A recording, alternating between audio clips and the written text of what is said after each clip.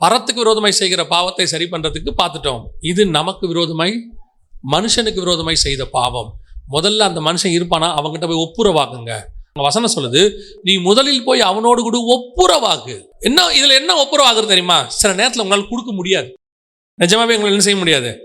Situation, நீங்க வாங்கின காசு அவனை ஏமாத்தி நீங்க வாங்கியிருப்பீங்க, நீங்க போட்ட இடத்துல உங்களை ஏமாத்தி இருப்பான், நஷ்டமாயிருக்கும். திருப்பி கொடுக்குற இடத்துல நீங்க இருக்க மாட்டீங்க. போய் முதல்ல அவங்ககிட்ட என்ன வாங்கணும்? ஒப்புரவாகணும். ஐயோ இப்படி நடந்துச்சு, நான் பண்ணது தப்பு, என்னை மன்னிச்சுடு, நான் வரல, ஆனா என்னைக்கு வந்தாலும் நான் திருப்பி தருவேன் உனக்கு. சிலர்லாம் பார்த்தீங்கன்னா 10 வருஷம் கழிச்சு கொண்டு வந்து திருப்பி கொடுத்துருக்குறாங்க.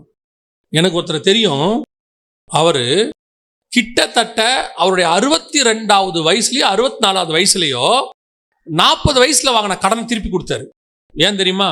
அவர் கடன் வாங்கி குடும்பத்தை நடத்தினாரு. அவருடைய சிச்சுவேஷன் அன்னைக்கு ஆண்டவர் அறியல காலம்.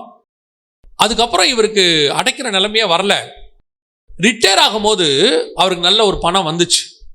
அந்த பணத்தை அவர் சேர்த்து வைக்கணும்னு நினைக்கல. தன் மகன்கிட்ட சொன்னார், எனக்கு தெரியும் அந்த பையன் என் ஃப்ரெண்டு, பையன்கிட்ட சொன்னார், இந்த பணத்தை கொண்டு போய் அவங்ககிட்ட கொடுத்துரு. சிலர்கிட்ட வீட்டு வாடகை கட்ட முடியாமல் இருந்துச்சு, அந்த வீட்டு வாடகையெல்லாம் போய் மொத்தமாக கொடுக்க சொன்னார். ஆண்டவர் கொடுத்துருக்கிறாருப்பா, நம்ம கொடுக்கணும். இப்போ நான் பார்க்குறேன், அவர் பையனை கர்த்தர் ஆசீர்வதிச்சு அவன் இன்னைக்கு மில்லியனராக இருக்கிறான். நாம எப்போ ஒப்புரவாகிறோமோ கர்த்தர் அப்பொழுது மன்னிக்க வல்லமை உள்ளவர். சில நேரத்தில் இப்போ உங்களால் கொடுக்க முடியாம இருக்கும், உங்க இருதயத்தை கர்த்தர் பார்க்கறாரு. போய் அந்த ஆள்கிட்ட சொல்லுங்க, நான் வரும்போது கண்டிப்பா என்ன செய்யணும்?